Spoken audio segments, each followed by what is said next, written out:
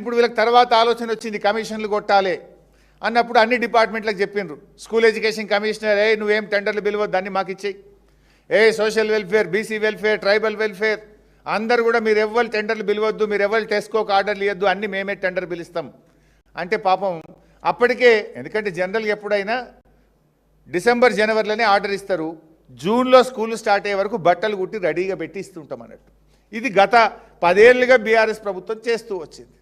సడన్గా రేవంత్ రెడ్డి గారి ప్రభుత్వానికి ఏమొచ్చింది, కమిషన్లు కొట్టాలి, ఇంట్లో కూడా ఛాన్స్ ఉన్నది, దీన్ని కూడా వదలొద్దు అనుకున్నారు.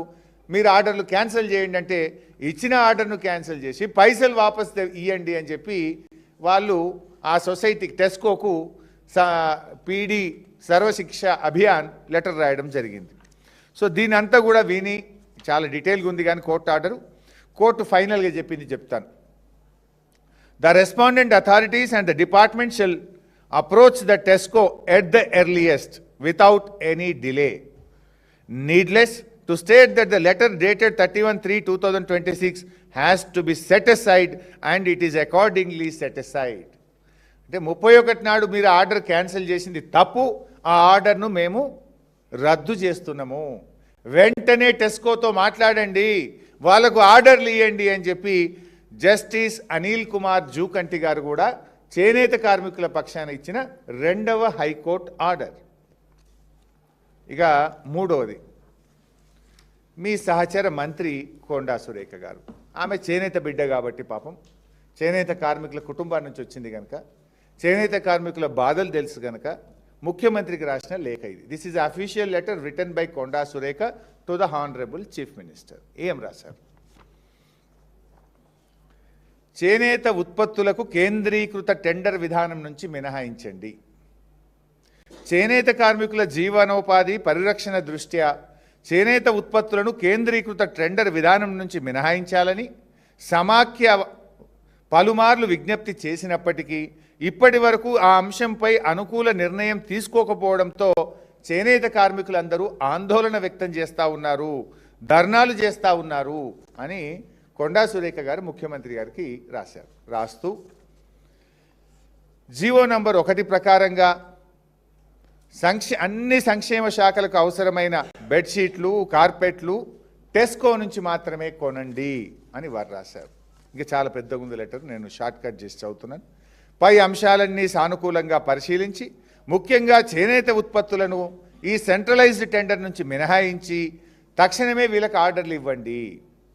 ఈ నిర్ణయం ద్వారా వేలాది మంది చేనేత కార్మికులు మరియు వారి కుటుంబాల జీవనోపాధి పరిరక్షించడమే కాకుండా ప్రభుత్వ సంస్థలకు నాణ్యమైన చేనేత ఉత్పత్తుల సరఫరా కూడా నిరంతరం కొనసాగుతుంది.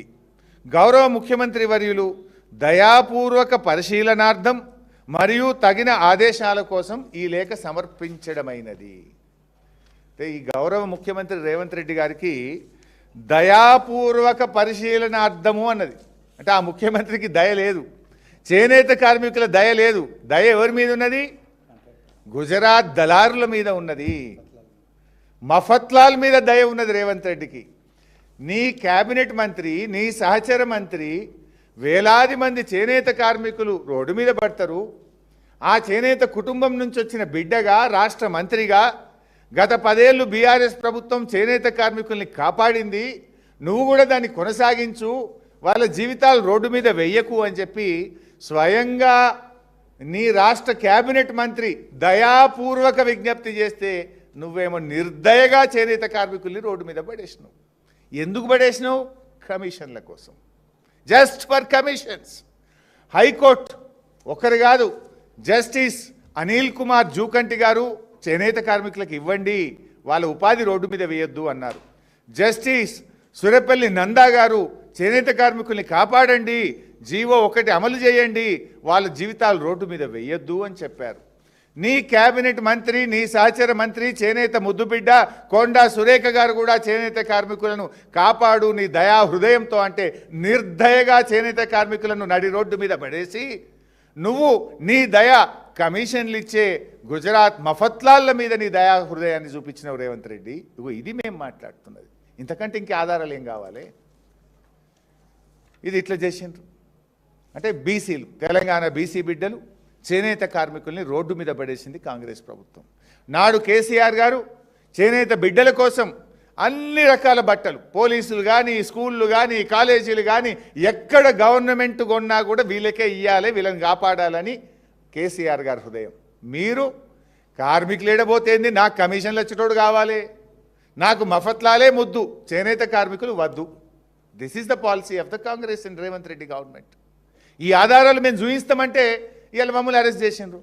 మేము చెప్తున్నాయి మా నోటి మాటలు కావు, high court orders, your cabinet colleague letter, అన్ని ఆధారాలతో మేము మాట్లాడుతున్నాం. జీవోలు ఉన్నాయి. ఆనాడు కేసీఆర్ గారు హ్యాండ్లూమ్స్కు, చేనేత కార్మికులకే ఇవ్వాలని జీవోలు కూడా మేము పెట్టుకున్న జీవోలు కూడా పట్టుకొని మేము ఇవాళ పోవడానికి ప్రిపేర్ అయితే ఇవాళ మమ్మల్ని అరెస్ట్ చేసి మా గొంతు నొక్కే ప్రయత్నం చేసినారు. ఇదేమో బీసీ బిడ్డలు, ఇక దళిత బిడ్డలు.